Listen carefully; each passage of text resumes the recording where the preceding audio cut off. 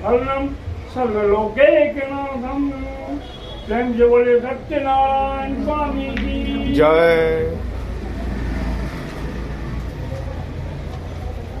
एक समय मैं विशाल तीर्थ में सोनकादि 88,000 ऋषियों ने श्री सूजी से पूछा, हे प्रभु, इस कलयुग में वेद विद्या रहित मनुष्यों को प्रभु भक्ति किस प्रकार मिलेगी तथा उनका उद्धार कैसे होगा?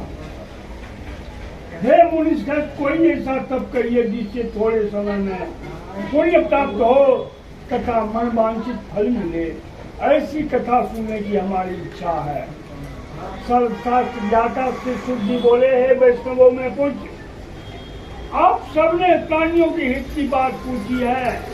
अब मैं उस श्रेष्ठ व्रत को आप लोगों से कहूँगा जिस व्रत को नारद जी ने लक्ष्मी नारायण भगवान से पूछा था और लक्ष्मीपति ने मुनिश्रेष्ठ नारद से कहा था।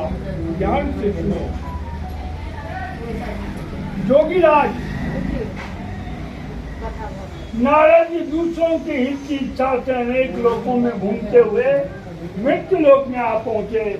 यहाँ अनेक योनियों में जन्मे हुए प्रायः सभी मनुष्यों को अपने कर्मों के अनुसार अनेकों दुखों से पीड़ित देखकर सोचा कि किस यत्न के करने से निश्चय ही प्राणियों के दुखों का नाश हो सकेगा।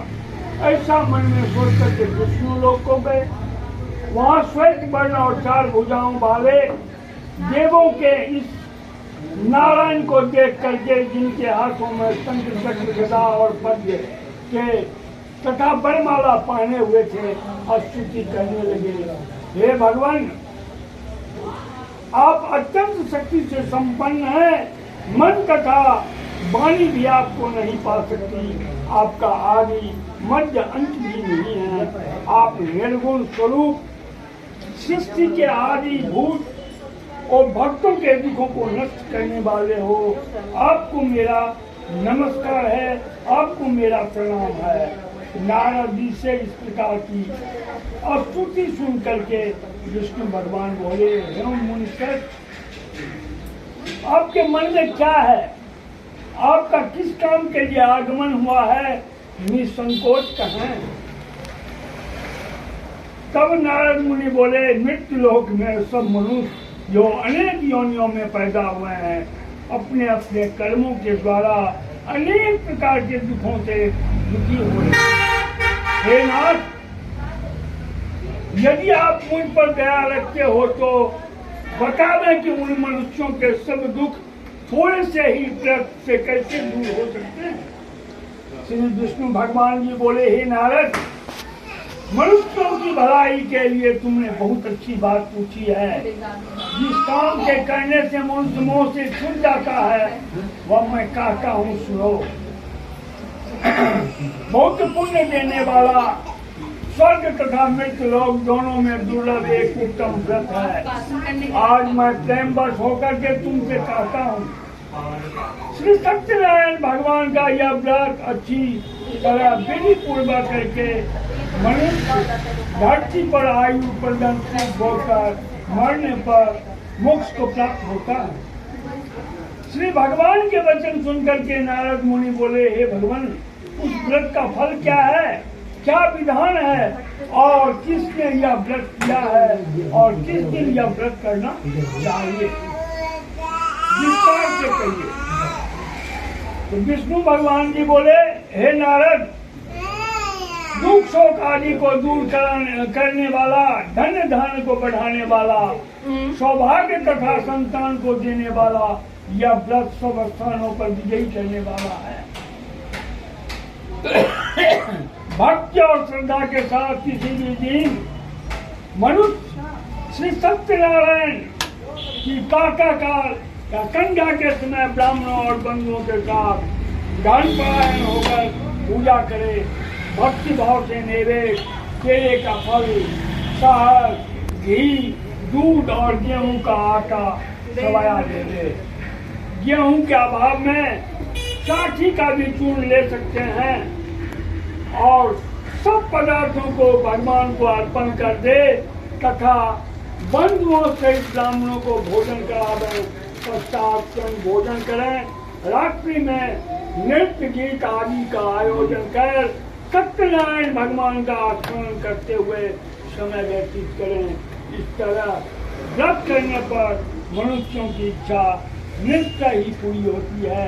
विशेष रूप से कलिकाल में भूमि पर यही मोक्ष का सरल उपाय है। प्रेम से बोलिए सत्यनारायण स्वामी की जय। अब दोनों आदमी ये पूछा लोम के केंद्र मंदिर का ऊपर जाइए ऊपर।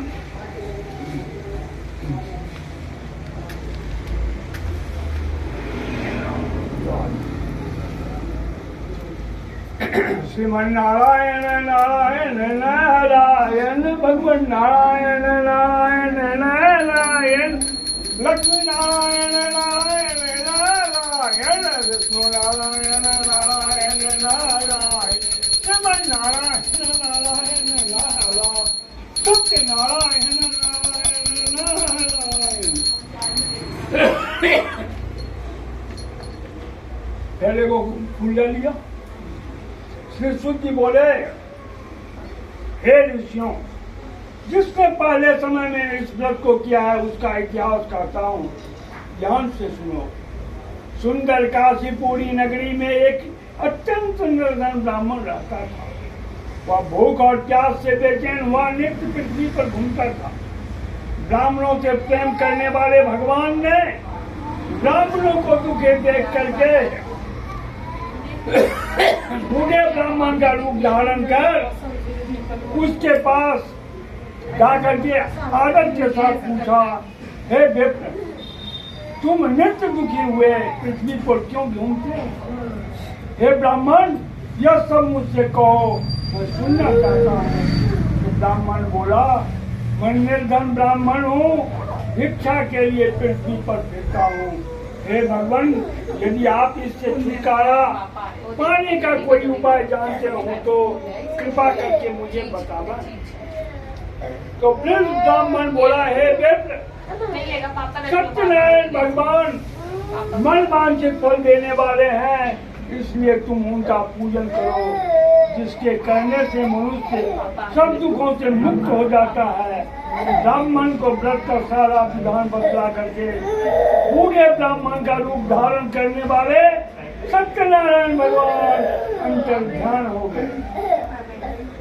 जिस व्रत को वृद्ध ब्राह्मण ने बतलाया है मैं उसको करूंगा, यह निश्चय करने पर उसे रात में नींद भी नहीं आई। वह सवेरे उठ सत्यनारायण भगवान के व्रत का निश्चय कर भिक्षा के लिए चला। उस दिन उसको भिक्षा में बहुत सा धन मिला, जिससे बंधु बांधवों के साथ उसने सत्यनारायण भगवान का व्रत किया। इसके करने से वह ब्राह्मण सब दुखों से छूटकर अनेक प्रकार की संपत्तियों से युक्त हुआ। उस समय से वह ब्राह्मण हर मास व्रत करने लगा। इस तरह सत्यनारायण भगवान के व्रत को जो करेगा वह मनुष्य सब दुखों से छूट जाएगा। इस तरह नारद जी से सत्यनारायण भगवान का कहा हुआ यह व्रत मैंने उनसे कहा। हे विप्रो, अब और मैं क्या कहूँ? तब ऋषि बोले, हे मुनीश्वर, संसार में इस ब्राह्मण से सुनकर किस किस ने इस व्रत को किया है हम सब सुनना चाहते हैं। इसके लिए हमारे मन में जिज्ञासा। सुधी बोले, हे मुनियों, जिस जिसने इस व्रत को किया है सब सुनो। एक समय वह ब्राह्मण धन और ऐश्वर्य के अनुसार बंधु बांधवों के साथ व्रत करने को तैयार हुआ। उसी समय एक लकड़ी बेचने वाला बुढ़ा आदमी आया और बाहर लकड़ियों को रखकर ब्राह्मण के मकान में गया। प्यास से दुखी लेकर हरा उनको व्रत करते देख करके ब्राह्मण को नमस्कार करके कहने लगा, आप यह क्या कर रहे हैं और इसके करने से क्या फल मिलता है, कृपा करके मुझको बताइए। तो ब्राह्मण ने कहा, सब मनोकामनाओं को पूरा करने वाला यह सत्यनारायण भगवान का व्रत है।